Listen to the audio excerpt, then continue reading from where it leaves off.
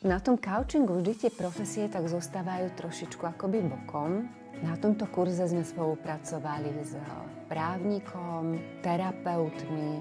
Sú tu ľudia, ktorí sa rozhodli zmeniť svoju pôvodnú pracovnú profesiu a napríklad sa len hľadajú a aj tu je tento nástroj veľmi užitočný.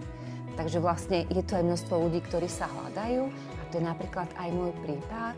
Na poste úradníka som odišla, začala som vlastne coachingom, popri tom chodím do školy prírodnej terapie a chcela by som sa venovať týmto veciam a tu nevidím to krásne prepojenie, ako pri klientovi pracovať s jeho emóciami a s jeho problémami vďaka kaučovaniu.